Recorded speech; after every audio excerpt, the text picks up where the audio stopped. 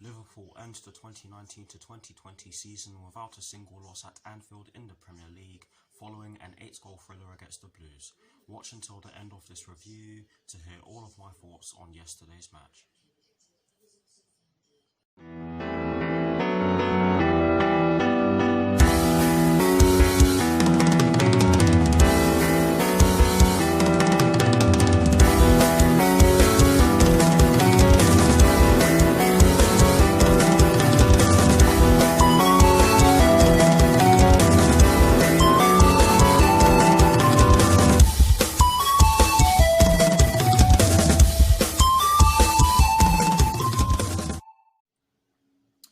Hello people, welcome to my channel, welcome to another video. This is my review of the game which took place yesterday evening at Anfield in the Premier League between Liverpool and Chelsea, which Liverpool ended up winning by 5-3. So what I'm going to do for you guys in terms of this review is that firstly, I'll be giving you guys the lineup that Frank Lampard fielded at the start of yesterday's match against Liverpool. I'll then be giving you guys my thoughts on the match, and as always, I'll be giving you guys the positives and the negatives in which I took from yesterday's match. And lastly, I'll be giving you guys my thoughts on Chelsea's final Premier League fixture, which will be taking place this Sunday at Stamford Bridge against Wolverhampton Wanderers, with kickoff at 4 PM UK time. So without further ado, let's get straight into this review.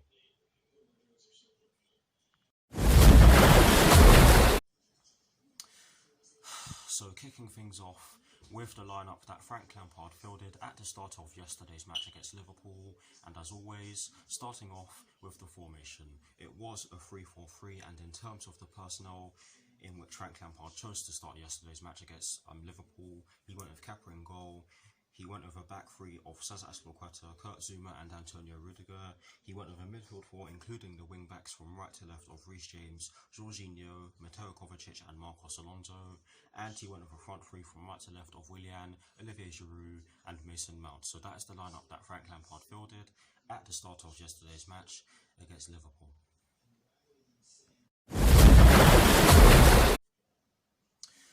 Now for my thoughts on the match itself. And as always, starting off with the first half. And just before I get into my thoughts on the first half, I'm just going to say that I'm going to try and keep this particular part of this review as short as possible, because I really do not want to dwell on this loss for too long. It was that bad. But anyways, now for my thoughts on the first half. I have to admit that we did make a good start to the match. We were moving the ball about really well without creating too many chances to show for it, although we did have a gilt-edged chance which Mason Mount really should have taken. I don't know how he headed the ball over the bar from that close to goal. It was a brilliant cross from Reece James down our right hand side, and like I said, Mason Mount headed it over the bar, and I don't know how. We continued to pass the ball about really well. Liverpool did create a few openings, and they also didn't really create any chances in the first 10 or 15 minutes or so. But when they got the goal, my God, was it a good goal.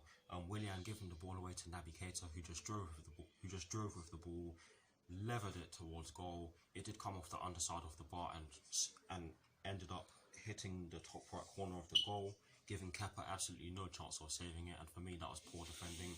I don't know how we allowed Liverpool to get the ball in the first place. We really should have cleared the ball.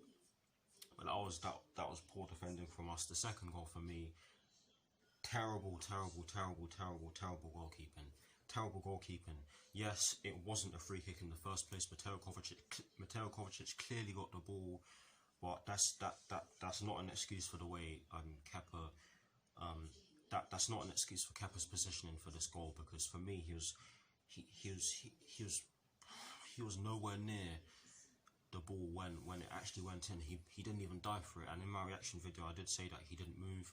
Let me correct myself, he didn't even dive for it, and that was due to his poor positioning. He was far too close to the right, to the post on his right, and he should have been in the centre of the goal, because if he was in the centre of the goal, he probably would have saved it or had more of a chance of saving it.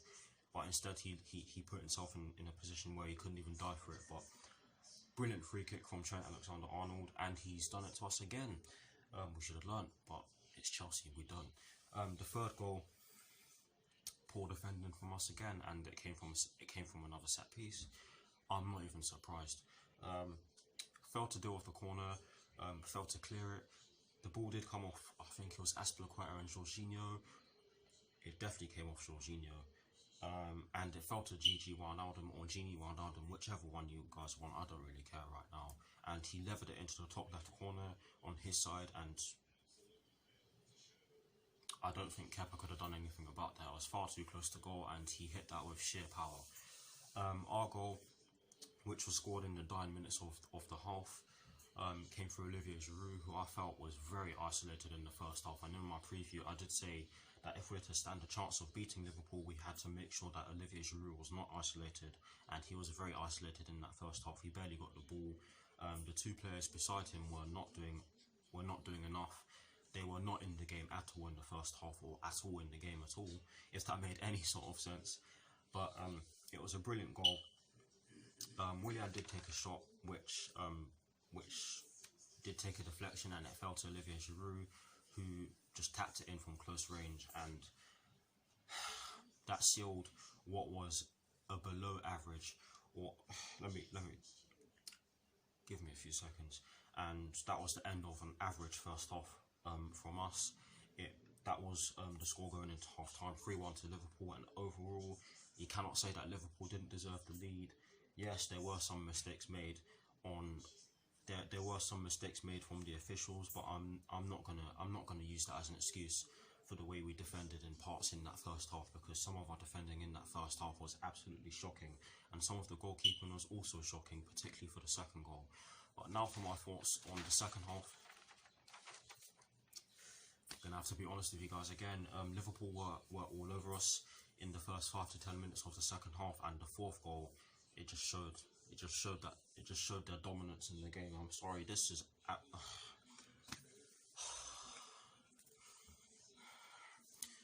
this goal was absolutely unforgivable, and we've let Roberto Firmino do this for the second time to us this season. How are we letting Roberto Firmino get between two of our most physical defenders and head the ball into the back of the net? I really do not know. I said this to some of my friends, and they couldn't believe it either. Also, how are we letting Trent Alexander-Arnold to cross the ball into the box like that? I do not know. Marcos Alonso and Mason Mount really should have done a lot better in pressing him and closing him down and stopping him from crossing the ball into the box like that. It was a great cross, but like I've said, the pressing was non-existent. Again, I still can't believe that we allowed Roberto Firmino, of all players, Roberto Firmino, to get his first. I can't even speak. I can't even get the words out of my mouth. It's that bad. He got in between Cesar Azpilicueta and Antonio Rudiger, who I believe was our central centre back.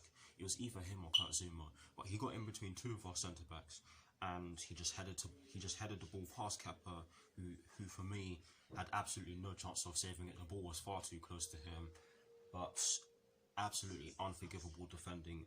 And I'll say it again, we let Roberto Firmino do it to us again. For me, letting Roberto Firmino score a header should be illegal. We should be punished for that. Some of the defenders should be deducted wages for that. And yes, Roberto Firmino is a good player. I'm not taking anything away from him, but he's not necessarily renowned for his heading. Yes, that fourth goal was just dreadful. And then Frank Lampard rung the changes. He brought on Tammy Abraham for Olivier Giroud. I believe it was Christian Pulisic for Mason Mount and Callum Hudson-Odoi for Willian, and all three of them changed the game. Christian Pulisic made a mazy run down our left-hand side, and he passed it off to Tammy Abraham, who got the second goal for us. And for me, that arguably should have, those changes arguably should have been made at half-time. And I was actually speaking to my friends at half-time, and I thought that the formation needed to be changed because we were getting outdone in midfield, and it was clear that the three central defenders were just not doing their jobs properly. So I thought that we could have gone to a 4-3-3 to match Liverpool's formation, but it just didn't happen. And Frank Lampard did make the changes around the 60th minute. Like I said, Mason Mount for Christian Pulisic, Tammy Abraham for Olivier Giroud, and Callum Hudson-Odoi for Willian. And they, like I said already, they all changed the game. Christian Pulisic, like I said, made that mazy run, passed it off to Tammy Abraham, who just tapped it into the back of the net, and that saw us. That inspired a comeback. shall I say, whilst laughing, a comeback. It was a brilliantly worked goal, and then we got the third goal through Christian Pulisic after some brilliant play down our right hand side. Callum Hudson-Odoi put the ball over the top and across the box, and Christian Pulisic controlled the ball really well, turned on it and smashed it into the top right corner, giving Alisson absolutely no chance of saving it. And at that point I thought we were going to get a fourth goal, because we did look lively when those three changes were made. But knowing us, we did not. We had a set piece which led to the fifth goal, and we just, let me slow down because I think I'm speaking too quickly here. But we had a set piece which Reece James took. It did not fall to any of our players. I believe the Liverpool players cleared it, and they broke on us, and we barely had any of our bodies in our defensive third, and for that reason they were able to break on us very quickly and get the fifth goal through Alex Oxlade-Chamberlain. Got there in the end. Bloody hell, my pronunciation is not on point today. But yes, Chamberlain got the fifth goal, and for me, Kepa really should have done a lot better with it. Yes, it was hit with power, but he got a hand on it, and it looked as though he was almost on the ground when the shot was released, which is not good enough. But yeah, when that goal was scored, that was game over. There was no coming back from that. I didn't even think we were going to score another goal. But overall, the funny thing is that I felt that offensively we actually looked pretty decent, if not good. In midfield we were okay, but we got overrun at times, and we got outdone in midfield at times, shall I just say? Because I'm making a load of mistakes here. But yes, we got outdone in midfield. I think that Jorginho and Mateo Kovacic did. I think that Jorginho and Mateo Kovacic did all they could to try and stifle Liverpool's midfield, but it just looked as though it was never going to happen, which it never did happen. But our defending was just non-existent. But overall, that's the kicker.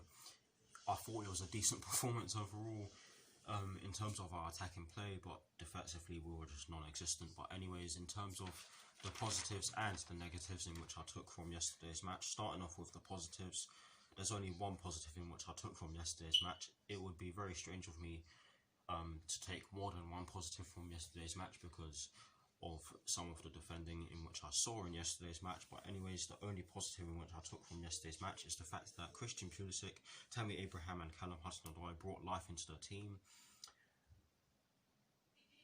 We could have possibly saw that from the start, but I can see why Christian Pulisic did not start, because he did have an injury in which I believe he picked up against Manchester United. Wait, no. I believe he did have an injury which Frank Lampard did not want to worsen by making him start the game. He didn't even play against Manchester United, my bad. But yes, all three of them brought life to us, and if we saw that earlier, we probably could have seen a different game. But yes, that is the only positive in which I took from yesterday's match. There always has to be a negative, and I've taken two negatives from yesterday's match. And the first one is the obvious one. It's the elephant in the room. It's the fact that our defence let us down yet again, including Kepa. And I've been one to tell myself that Kepa should not be under fire like this. He should not be getting the blame. But yesterday, at least two of the goals were his fault. He should have done better with the second goal and the fifth goal, in my opinion. There's no getting away from that, in my opinion. But yes, our defence yesterday and Kepa let us down massively yesterday, because had we seen a much better defensive performance, I think we could have gotten something out of this game. And I think the performance of the attacking players did not deserve to see us on the losing side. But anyways, that is the first positive in which I took. That is the first negative in which I took from yesterday's match. And the second and final negative in which I took from yesterday's match is the fact that we missed some clear-cut chances, most notably the Mason Mount chance in the first half, where I felt that he really should have put the ball in the back of the net. But anyways, that is it for my thoughts on yesterday's match. Please do let me know what your positives and negatives from yesterday's match are in the comment section below. And as always, guys, I'll do my very best to respond. And I actually said that I'll do my best to make this section of this review as short as possible. but I've clearly failed with that. But please do let me know what your thoughts are on yesterday's match in the comment section below, and as always guys, I'll do my very best to respond. Now, to conclude this review, I'm going to give you guys my thoughts on Chelsea's final Premier League game of the season, which will be taking place this Sunday at Stamford Bridge against Wolverhampton Wanderers, with kick-off at 4 PM UK time. We have put ourselves in a position where we have to win against a Wolverhampton Wanderers side that are no joke, in my opinion, which in usual circumstances is never easy. We also have to keep the FA Cup final in mind whilst not overdoing it in our final Premier League game of the season, because of course if we do overdo it, then we're going to risk getting injuries. And yes, whilst the FA Cup final is, I believe, a week after our final game against Wolverhampton Wanderers on Sunday, we are likely to have N'Golo Kante missing for our game against Wolverhampton Wanderers, so we will already be at risk of having a weakened squad in our game against Wolverhampton Wanderers. So it would be nice if we didn't risk getting more injuries. Of course, there's a strong chance of us getting injuries.